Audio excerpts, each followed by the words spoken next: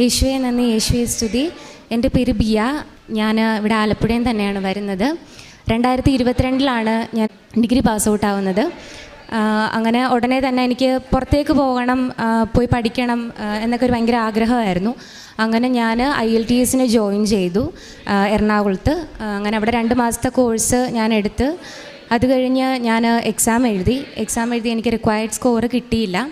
അത് കഴിഞ്ഞിട്ട് ഉടനെ തന്നെ, കാരണം എനിക്ക് 2023 മെയ്യിലേക്ക് തന്നെ പോകണം എന്നൊരാഗ്രഹമായിരുന്നു. അപ്പോൾ ഉടനെ തന്നെ ഞാൻ രണ്ടാമത്തെ എക്സാമിന് ഞാൻ ഡേറ്റ് എടുത്തു. പക്ഷേ എനിക്ക് അതിനും റിക്വയർഡ് സ്കോർ കിട്ടിയില്ല.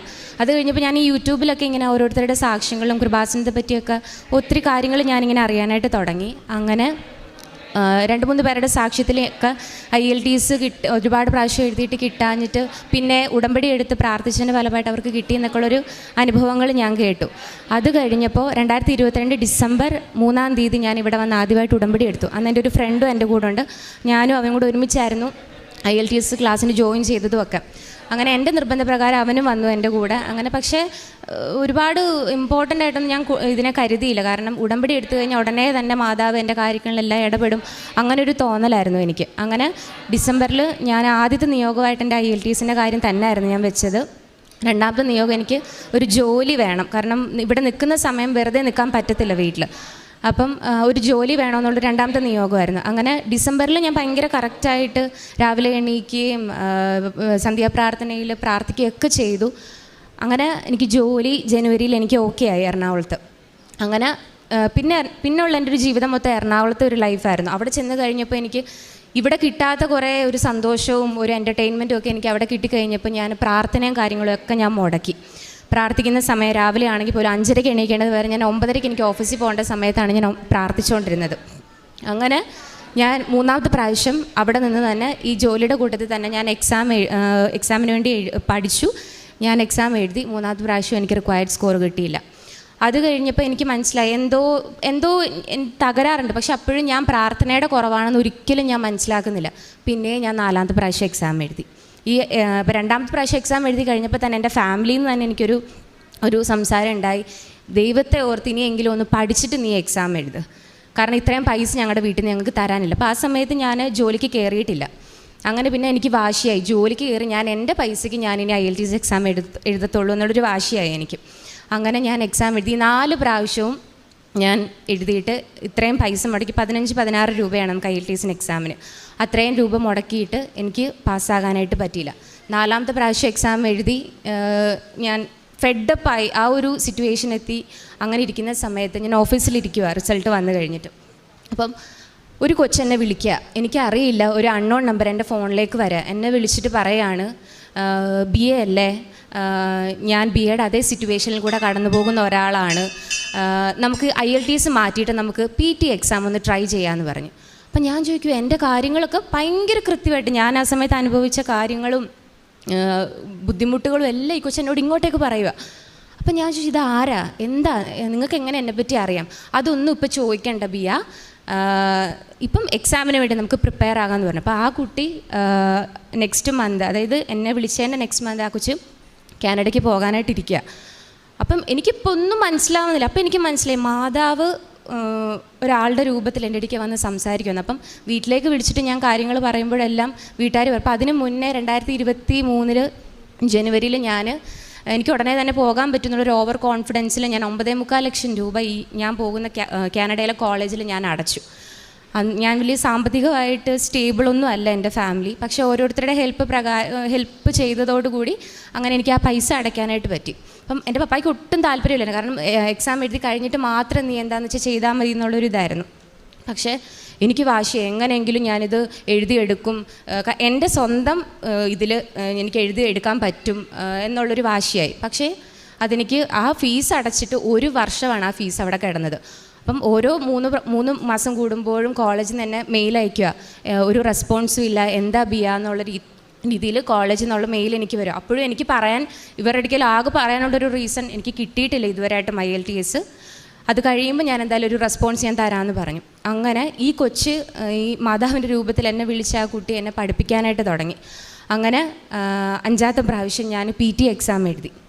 PT എക്സാം എഴുതി എനിക്ക് 60 എബവ് വേണം ഓവറോൾ. പക്ഷേ എനിക്ക് ആ സമയത്ത് എക്സാം എഴുതിയിട്ട് കിട്ടിയത് 58 ആയിരുന്നു. അപ്പോൾ ഞാനിങ്ങനെ ആലോചിക്കേണ്ടത് ദൈവം, ഞാൻ ഇത്രയും മോക്ക് ടെസ്റ്റ് എടുക്കുമ്പോഴൊക്കെ എനിക്ക് നല്ല മാർക്കാണ് എല്ലാത്തിനും, individual score, speaking, listening, reading, writing എല്ലാത്തിനും എനിക്ക് നല്ല സ്കോർ. അപ്പോൾ എനിക്ക് ഭയങ്കര ഓവർ കോൺഫിഡൻസ് ആയി, ഓക്കെ എനിക്ക് ഇപ്രാവശ്യം കിട്ടും എന്തായാലും. അങ്ങനെ ഞാൻ പോയി എഴുതി, അതെനിക്ക് കിട്ടിയില്ല. അപ്പോൾ ഞാൻ വീട്ടിൽ വന്നിട്ട് ഞാൻ മമ്മിയോട് പറഞ്ഞു, മമ്മി എനിക്ക് എന്തോ പ്രാർത്ഥനയുടെ കുറവുണ്ട്, അപ്പോൾ എന്തായാലും നമുക്കൊന്നും കൂടെ ഒന്ന് എക്സാം എഴുതാം, അതുപോലെ തന്നെ അതിന് മുന്നേ കൃപാസനത്തിലൊന്ന് പോകണമെന്ന് പറഞ്ഞു. അങ്ങനെ കൃപാസനത്തിൽ പോകാനായിട്ട് ഞാൻ രൂപത്തിൻ്റെ അവിടെ, നമ്മൾ പ്രാർത്ഥിക്കുന്ന രൂപത്തിൻ്റെ അവിടെ ചെന്ന് ഉടമ്പടി പത്രം നോക്കുമ്പോൾ അത് കാണുന്നില്ല. അപ്പോൾ അതിന് മുന്നേ ഞാൻ പൂനെ വരെ ഒന്ന് യാത്ര പോയിട്ടുണ്ടായിരുന്നു. ആ സമയത്ത് ഞാൻ ഈ പത്രം കൊണ്ടുപോയിട്ടുണ്ടായിരുന്നു. പക്ഷേ പ്രാർത്ഥനയുടെ അലസത മൂലം അത് എവിടെയോ എൻ്റെ കയ്യിൽ നിന്ന് നഷ്ടപ്പെട്ട്. അപ്പോൾ എനിക്ക് മനസ്സിലായി മാതാവ് ഇത് എന്നെക്കൊണ്ട് എനിക്ക് മാർക്ക് തരാതിരുന്നു. കാരണം വെറും 2 മാർക്കിനാണ് എനിക്ക് ആ സമയത്ത് പോയത്. അങ്ങനെ ഞാൻ 2023 ഡിസംബർ 20 ഞാൻ ഇവിടെ ഒന്നുകൂടെ വന്ന് ഞാൻ ആദ്യം മുതൽ ഉടമ്പടി പ്രൊസീജിയേഴ്സ് ഞാൻ തുടങ്ങി. അന്ന് ഞാൻ ഏറ്റവും ഫ്രണ്ടിലായിരുന്നു. ഞാനും എൻ്റെ മമ്മിയായിട്ടായിരുന്നു വന്നത്. ഏറ്റവും ഫ്രണ്ടിൽ ഞാൻ എൻ്റെ മമ്മിയായിട്ട് വന്നിരുന്ന് ക്ലാസ് കൂടി. ആ സമയത്ത് എൻ്റെ ചുറ്റും കുറേ അമ്മമാർ ഇരിപ്പുണ്ട്. അപ്പോൾ അവരൊക്കെ ഒരുപാട് എഴുതാനറിയാത്തവർ, വായിക്കാനറിയാത്തവരൊക്കെ എൻ്റെ ചുറ്റിനും ഇരുന്നത്. അപ്പോൾ അവരൊക്കെ എൻ്റെ ചുറ്റിനെ കൂടിയിരുന്നിട്ട് പറയാം, മോളെ ഞങ്ങളെ ഒന്ന് ഹെൽപ്പ് ചെയ്യണം, ഞങ്ങൾക്കിത് സബ്സ്ക്രൈബ് ചെയ്യാൻ അറിയത്തില്ല, ഞങ്ങൾക്ക് നിയോഗം എഴുതാൻ അറിയില്ല, ഞാൻ പറഞ്ഞു തരാം മോൾക്ക്, മോളതൊന്നും എഴുതാം. അങ്ങനെ ഒത്തിരി പേര് എൻ്റെ ചുറ്റിനും ഇരുന്നിട്ട് ഞാൻ അവരെ എല്ലാം ഹെൽപ്പ് ചെയ്തു. അപ്പോൾ എനിക്ക് കാരുണ്യ പ്രവൃത്തികൾ എനിക്ക് അന്ന് തന്നെ എനിക്ക് ചെയ്യാനായിട്ട് പറ്റി. അത് കഴിഞ്ഞ് ഇവിടെ സേവനം ചെയ്യുന്ന ലില്ലി ആൻറ്റി, എൻ്റെ പപ്പായുടെ ഒരു അറിയാവുന്നൊരു ആൻറ്റി. അപ്പം ആൻറ്റിയോട് ഞാൻ ക്ലാസ് കഴിഞ്ഞിറങ്ങിയപ്പോൾ ഞാൻ പറഞ്ഞു, ആൻറ്റി ഇത്രയും നാളായിട്ട് എക്സാം എഴുതി എനിക്ക് യാതൊരുവിധ ഒരു പോസിറ്റീവ് റിസൾട്ടും എനിക്ക് കിട്ടിയിട്ടില്ല. ഇപ്പം ഞാൻ പിന്നെ ഉടമ്പടി എടുക്കാനായിട്ട് ഞാൻ വന്ന് ഞാൻ പ്രാർത്ഥിച്ചിട്ട് പോവാം, ആൻറ്റി എനിക്ക് വേണ്ടി പ്രാർത്ഥിക്കണമെന്ന് പറഞ്ഞ് ഞാൻ ഇവിടുന്ന് ഇറങ്ങി.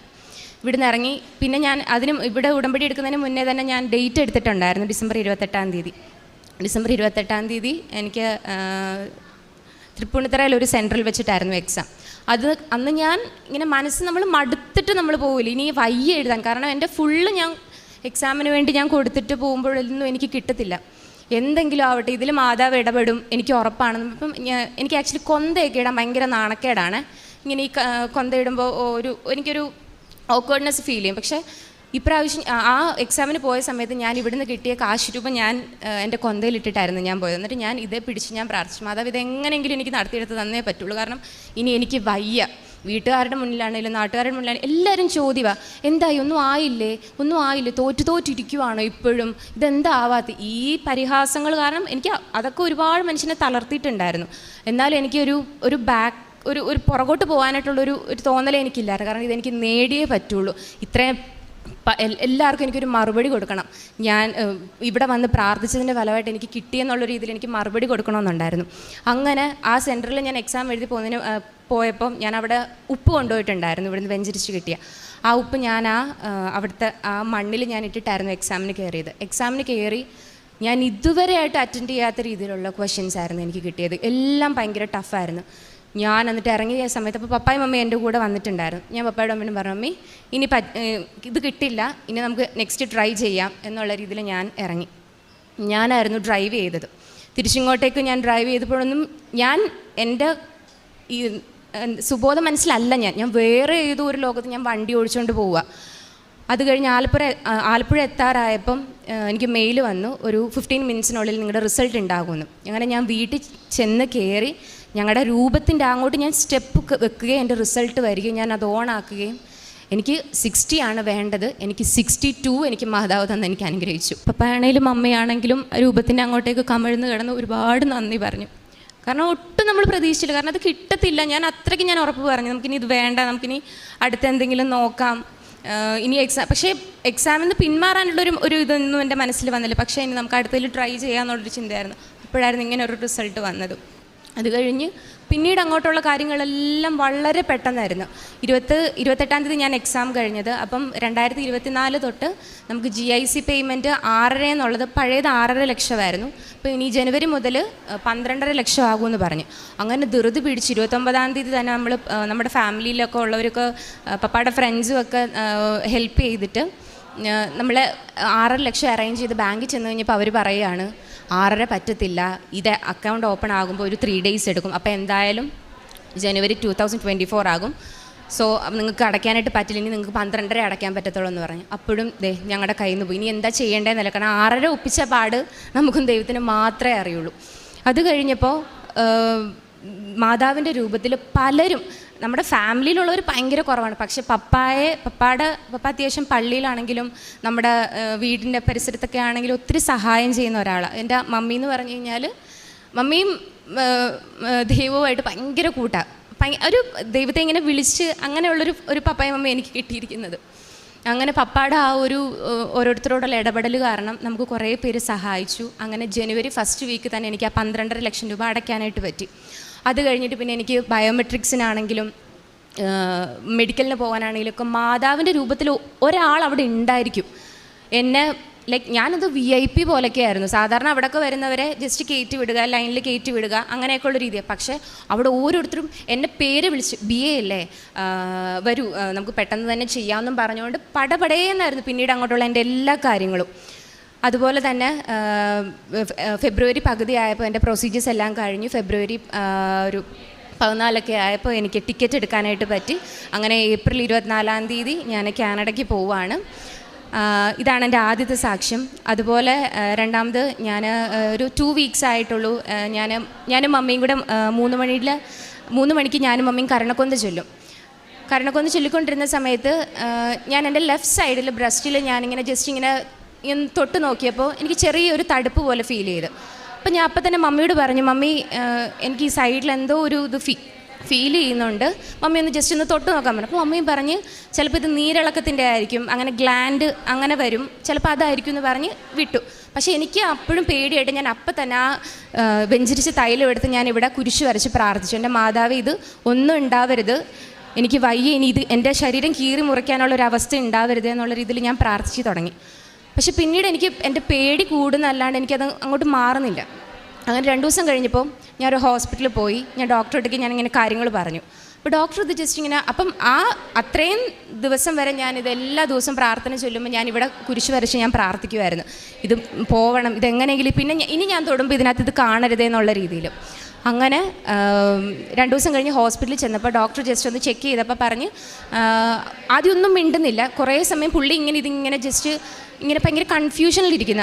അപ്പോൾ എനിക്ക് മനസ്സിലായി എന്തോ കുഴപ്പമുണ്ട് ഞാൻ ആദ്യം വിചാരിച്ചത് ക്യാൻസർ വല്ലതുമാണ്, ഇനി എൻ്റെ പോക്കിന് ഞാൻ എന്ത് ചെയ്യും, ഇത്രയും ഞാൻ പ്രാർത്ഥിച്ചതും ഇതിനു വേണ്ടി ഒരുങ്ങിയതും ഒക്കെ എന്തിനാ, അങ്ങനത്തെ കുറേ ചിന്തകളായി.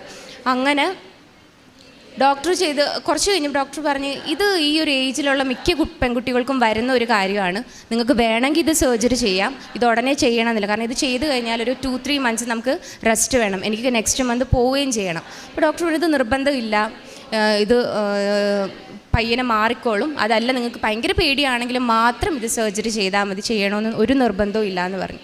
അങ്ങനെ ആ ഒരു ടെൻഷനും എൻ്റെ മാറിക്കിട്ടി. അതുപോലെ തന്നെ വീട്ടിൽ സമാധാനവും ശാന്തിയും ഒക്കെ കിട്ടണമെന്നുള്ള രീതിയിലൊക്കെ ഞാൻ നിയോഗം എഴുതി പ്രാർത്ഥിച്ചായിരുന്നു. ഇവിടെ വന്ന് നിയോഗം എടുത്തതിൻ്റെ ഫലമായിട്ട് പിന്നെ എൻ്റെ വീട്ടിൽ സമാധാനവും ശാന്തിയും, അതുപോലെ എനിക്ക് ദൈവത്തോട് കൂടുതലായിട്ട് അടുക്കാനായിട്ട് പറ്റി. ഞാൻ കാരുണ്യ പ്രവൃത്തികൾ ചെയ്യാനായിട്ട് തുടങ്ങി. ബൈബിള് 20 മിനിറ്റ്സെങ്കിലും ഞാൻ വായിക്കും. അതുപോലെ പള്ളിയിൽ പോകാനായിട്ട് തുടങ്ങി. ഇപ്പം നോയമ്പ് കാലമായിരുന്നു. അങ്ങനെ പള്ളിയിൽ എല്ലാ ദിവസവും എനിക്ക് പോകാനായിട്ട് പറ്റി, ദൈവത്തോട് കൂടുതൽ അടുക്കാനായിട്ട് പറ്റി, കുമ്പസാരിക്കാൻ പറ്റി, നല്ലൊരു കുമ്പസാരം. ഞങ്ങളുടെ അച്ഛൻ, ഞാൻ പഴവങ്ങാടി മാസ്ലീവ ആണ് ഇടവക, അപ്പോൾ അവിടെ ഞങ്ങളുടെ ഒരു പുതിയൊരു അച്ഛൻ വന്നിട്ടുണ്ട്. ആ അച്ഛനിൽ ത്രൂ എനിക്ക് നല്ലൊരു കുമ്പസാരം കിട്ടി. അങ്ങനെ ഒരുപാട് അനുഗ്രഹങ്ങൾ ഞാൻ കറക്റ്റായിട്ട് ആ ഉടമ്പടിയിലുള്ള കാര്യങ്ങൾ പാലിക്കാനായിട്ട് തുടങ്ങിയപ്പോൾ പടപടേന്നായിരുന്നു ഓരോ കാര്യങ്ങൾ മാതാവിൻ്റെ ജീവിതത്തിൽ ഇടപെട്ടത്. അപ്പം എന്നെ കേട്ടുകൊണ്ടിരിക്കുന്ന നിങ്ങളോടൊക്കെ എനിക്ക് പറയാനുള്ളത്, ഇവിടെ വന്ന് പ്രാർത്ഥിച്ചിട്ട് നിങ്ങൾ ആ ഉടമ്പടി കറക്റ്റായിട്ട് മാത്രം പാലിച്ചാൽ മതി. എന്താണോ ഇവിടുന്ന് നിങ്ങളോട് പറഞ്ഞു തരുന്നത് അത് മാത്രം നിങ്ങൾ പ്രാർത്ഥിച്ചാൽ മതി. പിന്നെ ചിലർ പറയും, ഇത്രയൊക്കെ പ്രാർത്ഥിച്ചിട്ട് ഒന്നും ദൈവം എനിക്ക് ഒരു മറുപടി തരുന്നില്ല. അതും ദൈവത്തിനൊരു സമയമുണ്ട്, ആ സമയത്ത് നമ്മുടെ എല്ലാ കാര്യങ്ങളും നടക്കത്തുള്ളൂ. അതുവരെ നമ്മൾ വെയിറ്റ് ചെയ്യണം. നമ്മുടെ ക്ഷമയെ പരീക്ഷിക്കുക കൂടെ ദൈവവും മാധവവും ഒക്കെ ചെയ്യുന്നുണ്ട്. അപ്പോൾ അതുകൊണ്ട് പയ്യാണെങ്കിൽ നമ്മുടെ കാര്യങ്ങളെല്ലാം നടക്കും. ഇവിടെ ഒന്ന് പ്രാർത്ഥിച്ചവർക്കെല്ലാം അതിനനുസരിച്ചുള്ള അനുഗ്രഹവും കിട്ടുമെന്ന് എനിക്ക് 100% ഉറപ്പാണ്. എനിക്കും എൻ്റെ കുടുംബത്തിനും മാതാവും ദേവകുമാരനും തന്ന അനുഗ്രഹങ്ങൾക്ക് കോടാനുകോടി നന്ദി പറയുന്നു. പരിശുദ്ധ അമ്മയുടെ മധ്യസ്ഥതയിൽ തനിക്ക് വ്യക്തിപരമായി ലഭിച്ചൊരു ദൈവിക അനുഭവത്തിനെ കുറിച്ചാണ് ഇപ്പം മകളെ സാക്ഷ്യം പറഞ്ഞത്. ഈ സാക്ഷ്യത്തിൽ ഏറ്റവും പ്രധാനപ്പെട്ട തൻ്റെ ജീവിതത്തിൽ ഇങ്ങനൊരു പ്രതിസന്ധി ഉണ്ടായപ്പോൾ അതൊരു പ്രാർത്ഥനയുടെ കുറവാണ് എന്ന് ചിന്തിക്കാനായിട്ട് ഉള്ളൊരു ബോധം അല്ലെങ്കിൽ ഒരു ബോധ്യം ഒരു പക്ഷേ മാതാപിതാക്കളുടെ ഒരു ജീവിതശൈലിയിൽ നിന്നാണ്. അപ്പം അത് ഇപ്പോൾ ഒരു 2-3 പ്രാവശ്യമൊക്കെ അത് തന്നെ ആവർത്തിച്ച് പറയാനുണ്ട്. നമുക്ക് ജീവിതത്തിലൊരു പ്രശ്നം ഉണ്ടാകുമ്പോൾ അത് പ്രാർത്ഥിക്കേണ്ട സമയമാണെന്ന് തൻ്റെ ഈ ചെറുപ്പകാലഘട്ടത്തിൽ തന്നെ ഒരു വ്യക്തി മനസ്സിലാക്കുകയും ആ മനസ്സിലാക്കലിനെ കൂടുതൽ ആക്കം കൂട്ടി പ്രവൃത്തിയിൽ കൊണ്ടുവന്ന് ഇതുപോലെ ഈശോയുടെയും മാതാവിൻ്റെ ഒരു അനുഭവം പറയാനായിട്ട് ഈ ഒരു കാലഘട്ടത്തിലെ അൾത്താരയിൽ വന്ന് നിർത്തി പറയിപ്പിക്കുവാൻ തക്കവിധം ഉടമ്പടിയിൽ ഒരു ദൈവികമായ സാന്നിധ്യമുണ്ടെന്ന് അതുതന്നെയാണ് ഏറ്റവും വലിയൊരു അത്ഭുതം. അപ്പം അത് നമ്മൾ 2-3 പ്രാവശ്യം ആവർത്തിച്ച് പറഞ്ഞപ്പോൾ തോന്നി ഈ ഒരു സാക്ഷ്യത്തിൽ ഏറ്റവും പ്രധാനം നമ്മുടെ ജീവിതത്തിലൊരു പ്രതിസന്ധിയും അല്ലെങ്കിൽ ഒരു ചോദ്യവും അല്ലെങ്കിൽ ഉത്തരം കിട്ടാത്ത അവസ്ഥ ഉണ്ടാകുമ്പം അത് പ്രാർത്ഥിക്കാനുള്ള അവസരമാണെന്നുള്ളൊരു ബോധ്യം മകൾക്കൊരു പക്ഷേ മാതാപിതാക്കളിൽ ലഭിച്ചിട്ടുണ്ട്. ആ ഒരു തിരിച്ചറിവിൽ നിന്നാണ് പിന്നീട് ഉടമ്പടിയിലേക്ക് കടന്നു വരുന്നതും പിന്നീട് പറയുന്ന എല്ലാ കാര്യങ്ങളും ഇപ്പം അവസാനം പറഞ്ഞത് എല്ലാം പെട്ടെന്ന് നടന്നു എന്നുള്ളത്. നമ്മളെ സംബന്ധിച്ചിടത്തോളം ഈ വേഗത എന്ന് പറയുന്നത് നമ്മുടെ ഉടമ്പടിയിലൊരു വളരെ പ്രധാനപ്പെട്ടൊരു ഘടകമാണ് ഈ വേഗത. കാരണം ഉടമ്പടി വേഗതയുടെ ഒരു പ്രാർത്ഥന എന്നുള്ളതാണ് ഏറ്റവും പ്രധാനപ്പെട്ടത്. പിന്നെ മൂന്നാമത്തെ നമ്മൾ ഈ സാക്ഷ്യങ്ങൾ നിങ്ങൾ സ്ഥിരം സാക്ഷ്യം കേൾക്കുന്നവർക്കാണെങ്കിൽ ഞാൻ പറയുന്ന കുറച്ച് ക്ലാരിറ്റി ഉണ്ടാവും. അവർ സാക്ഷ്യം പറയുമ്പോൾ തുടക്കത്തിൽ കുറേ ബുദ്ധിമുട്ടുകളും കാര്യങ്ങളും ഒക്കെ പറയുമ്പോഴും ഈ ജയിക്കുന്ന പരീക്ഷയെക്കുറിച്ച് ഇവിടെ ഏത് കുട്ടികൾ സാക്ഷ്യം പറഞ്ഞാലും അവരെല്ലാം പറയണത് ജയിച്ച പരീക്ഷയെക്കുറിച്ച് അവർ പറയണത് ഇതുവരെ എഴുതിയതിൽ ഏറ്റവും ടഫായിട്ടുള്ള പരീക്ഷയാണ് അവസാനം ജയിച്ച പരീക്ഷ. ഇപ്പോൾ നിങ്ങൾ സ്ഥിരം പരീക്ഷയുടെ സാക്ഷ്യങ്ങൾ കേൾക്കുമ്പോൾ മനസ്സിലാവും ഒരുപക്ഷെ ദൈവം ഇത് മനഃപൂർവ്വം അവരെ കൊണ്ട് അങ്ങനെ തന്നെ ചെയ്യിപ്പിക്കുന്നതാണെന്ന് തന്നെ തോന്നിപ്പോകും. കാരണം ഇതിൻ്റെ ഒരു ക്രെഡിറ്റ് പോലും ഒരുപക്ഷെ അവരിലേക്ക് വരരുത് എന്ന് അവരെ ബോധ്യപ്പെടുത്താനായിരിക്കും അവരൊട്ടും പ്രതീക്ഷിക്കാത്തൊരു സമയത്ത് അത് ദൈവം നടത്തിയതാണെന്ന് ഒരുപക്ഷെ നമ്മൾ കേൾക്കുന്നവരല്ല അത് അനുഭവിച്ചിപ്പം വീട്ടിലും അപ്പച്ചനും അമ്മയൊക്കെ ഇരുന്ന് പ്രാർത്ഥിച്ചെന്ന് പറഞ്ഞപ്പോൾ അത്രയും പ്രാർത്ഥനയോടും ഒരുക്കത്തോടും അത് കാത്തിരുന്നുള്ളതാണ്. ഇപ്പം മൂന്നാമത്തത് നമ്മളെയൊക്കെ ഈ സാക്ഷ്യത്തിൽ റിപ്പീറ്റ് ചെയ്യുന്ന കാര്യങ്ങളാണിത്. അതായത് നമ്മളൊരിടത്ത് ചെല്ലുമ്പം അവർ നമ്മളെ കാത്തിരിക്കുന്നത് പോലെ എന്നിപ്പോൾ ഈ ഒരു സാക്ഷ്യത്തിൽ മകൾ അവിടെ പറയുന്നുണ്ട് എവിടെ ചെന്ന് ഇതിൻ്റെ പ്രോസസ്സായിട്ട് വന്ന് ഇതും ആവർത്തിക്കുന്ന ഒരു കാര്യം. അതായത് നമുക്ക് മുൻപേ ആരും അവിടെ ചെന്ന് എന്തൊക്കെ പറഞ്ഞ് റെഡിയാക്കി സെറ്റ് ചെയ്തപ്പോൾ ഒരു VIP പോലെ എന്ന് പറയുമ്പം മുമ്പേ തന്നെ അപ്പോൾ ഇത് നമ്മുടെ വിശ്വാസത്തോട് ചേർത്ത് വായിക്കുമ്പോൾ നിനക്ക് മുൻപേ ഞാനൊരു ദൂതനെ അയക്കും എന്നുള്ളൊരു വിശ്വാസത്തിൻ്റെ ഒരു വചനത്തിൻ്റെ ഒരു വാഗ്ദാനത്തിൻ്റെ ഉണ്ട്. കർത്താവ് കൂടെ വരും. അപ്പോൾ ഈ ഒരു അനുഭവം അപ്പോൾ എല്ലാ അനുഭവങ്ങളും നമ്മളിങ്ങനെ ചേർക്കണമെന്നില്ല. പക്ഷേ ഇടയ്ക്ക് അതും ഈ മകൾ അവസാനം അപ്പോൾ ഒരു ചെറുപ്പത്തിലുള്ളൊരു വ്യക്തിയെ കൊണ്ട് സ്വന്തം അനുഭവത്തിൽ നിന്ന് ഇങ്ങനൊരു സാക്ഷ്യം പറയിപ്പിക്കാനായിട്ട് പറ്റുന്നതാണ് ഉടമ്പടിയുടെ ഒരു വിജയം. അപ്പോൾ മകൾ പറയുന്നുണ്ടല്ലോ ചിലപ്പോൾ നമ്മുടെ സാഹചര്യങ്ങളും അനുകൂലമായിട്ട് വരുമ്പോഴും ദൈവത്തിനൊരു സമയമുണ്ട്. ആ സമയത്തിൽ ദൈവം നടത്തി തരും. ഇത് ഒരു വായിച്ചറിവോ അല്ലെങ്കിൽ പള്ളിപ്രസംഗം കേട്ടുള്ള അറിവോ ബുക്ക് വായിച്ചുള്ള അറിവല്ല. വ്യക്തമായിട്ടൊരു അനുഭവത്തിൽ നിന്നൊരു വ്യക്തി പറയുന്നത് ഈ ഒരു അനുഭവമാണ് ഉടമ്പടി ലഭിക്കുന്നത്. അതെങ്ങനെ ലഭിക്കുന്നതെന്ന് അവസാനം പറയുന്നുണ്ട്. നിങ്ങൾ ഉടമ്പടിയിൽ വിശ്വസ്തയോടെ നിന്ന് കഴിഞ്ഞാൽ ഒരു ദൈവാനുഭവം ലഭിക്കും എന്നുള്ളത് അച്ഛൻ എപ്പോഴും ഓർമ്മപ്പെടുത്തുന്ന ഒരു കാര്യമാണ് ആരാധനയിൽ. ഏറെ പ്രതി ഈ മകൾക്ക് ലഭിച്ച ഈ വിശ്വാസത്തിൻ്റെ ബോധ്യത്തെ പ്രതിയും ഒപ്പം ലഭിച്ച മറ്റെല്ലാ കാര്യങ്ങളെ പ്രതിയും സൗഖ്യത്തെയും ഒപ്പം ലഭിച്ച വിദേശത്തേക്ക് പോകാനുള്ള തൻ്റെ ആഗ്രഹത്തെ എല്ലാം ദൈവം സാധൂകരിച്ചതിന് ഓർത്ത് നമുക്ക് കരങ്ങളടിച്ച് ദൈവത്തിൻ്റെ നാമം മഹത്വപ്പെടുത്തും.